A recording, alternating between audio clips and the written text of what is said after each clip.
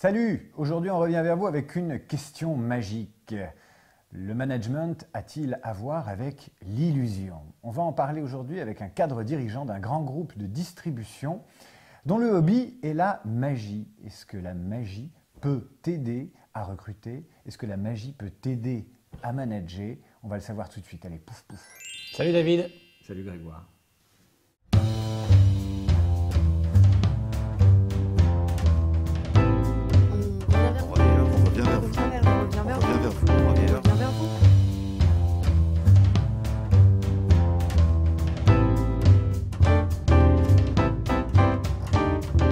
Dans la grande distribution, plus que ça même, 20 ans, 15 ans 11 ans. 11 ans dans la grande distribution, et il y a 10 ans, le hobby qui apparaît, un intérêt prononcé pour l'illusion et la magie. D'où ça vient? Alors c'est venu complètement par hasard, juste un jour, je vais dans une boutique de magie, je rencontre, il y avait un magicien qui faisait des tours, qui m'a vraiment fait rigoler. J'ai acheté 2-3 tours, je les ai ramenés à la maison, et puis les enfants m'ont dit « Allez maintenant encore, un autre. » Et puis après avoir acheté, je crois, toute la boutique, je me suis dit, mais d'abord, il y avait une vraie passion, il y avait quelque chose derrière.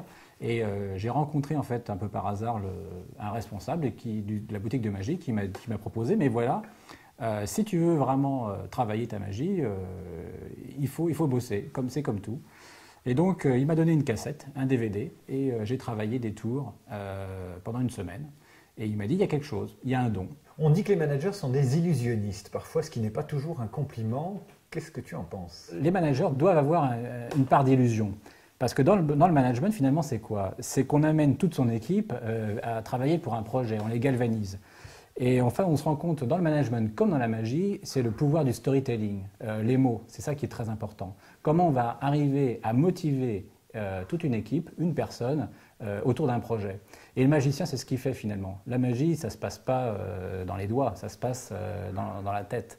Et cette capacité justement à attirer l'attention, à rendre les choses incroyables, à aller un petit peu au-delà du réel, qui fait, je pense, le lien entre le management et la magie.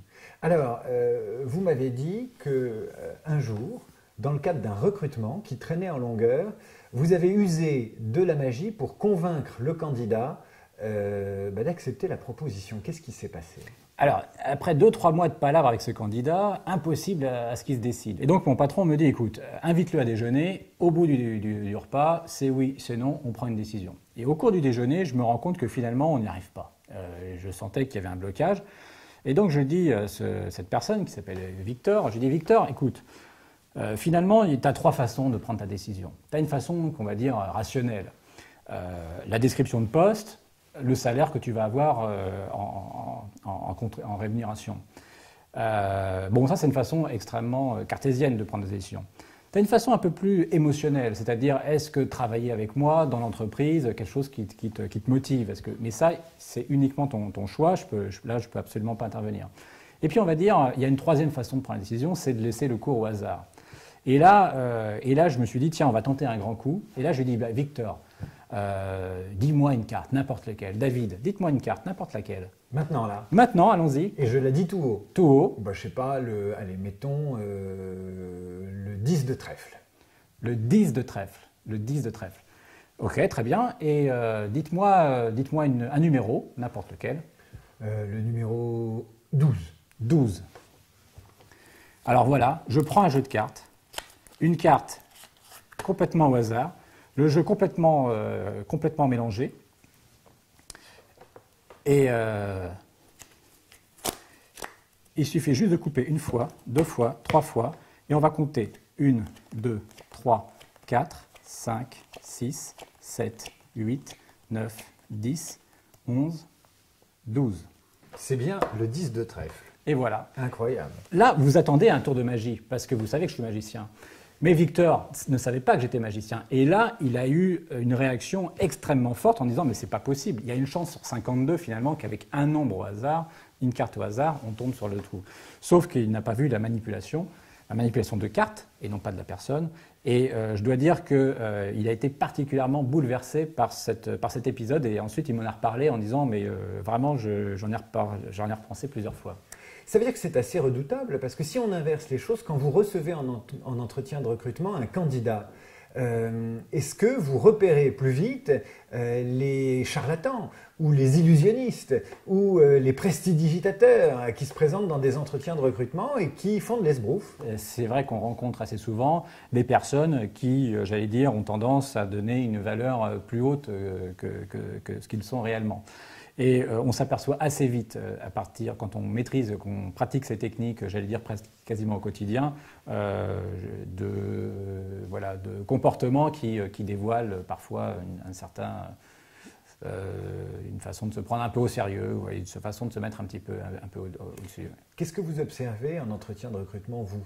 À quoi vous faites attention? Dans un entretien de recrutement, au-delà du CV, du parcours, du savoir qui a été validé en général par les ressources humaines, c'est l'envie et c'est le potentiel qu'a cette personne. Et ça ne se transmet par le regard, ça se transmet par les questions, par l'attitude que va avoir la personne. Et là, j'utilise forcément beaucoup de techniques aussi enseignées par les maîtres de la magie qui vous apprennent à écouter votre public, voir quand est-ce qu'il va être vraiment attentif. Et donc, c'est un petit peu c'est un peu la même sensibilité, cette même perception que je mets à profit justement dans un entretien de recrutement. Quel est le détail qui tue quand vous avez un candidat devant vous et vous vous dites là, ça ne va pas le faire?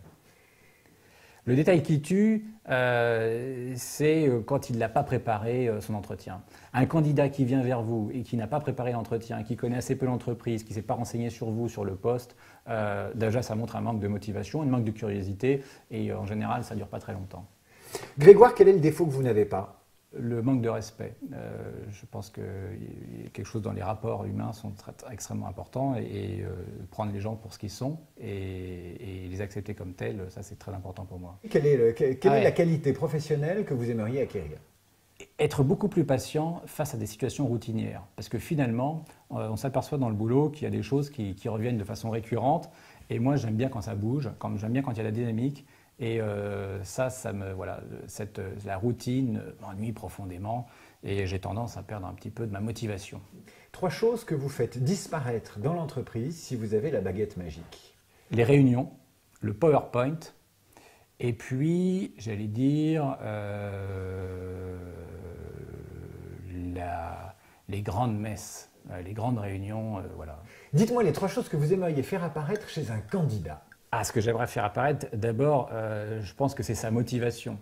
C'est le potentiel qu'il va avoir dans l'avenir. Et puis, ce que j'aimerais faire apparaître aussi, c'est sa capacité d'adaptation, c'est-à-dire le fait qu'il va très très vite pouvoir s'intégrer et donner le plein de son potentiel dans l'environnement d'entreprise. On vous donne une baguette magique et vous pouvez avoir le job de vos rêves. Vous faites apparaître quel job?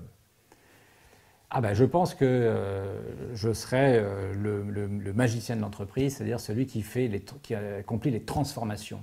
Et aujourd'hui, la principale difficulté des entreprises, c'est leur difficulté à évoluer et à faire évoluer leur modèle de management. C'est avoir cette capacité justement à faire évoluer à la fois les esprits, mais aussi les organisations pour qu'elles s'adaptent à l'agilité du monde moderne. Merci. Merci David.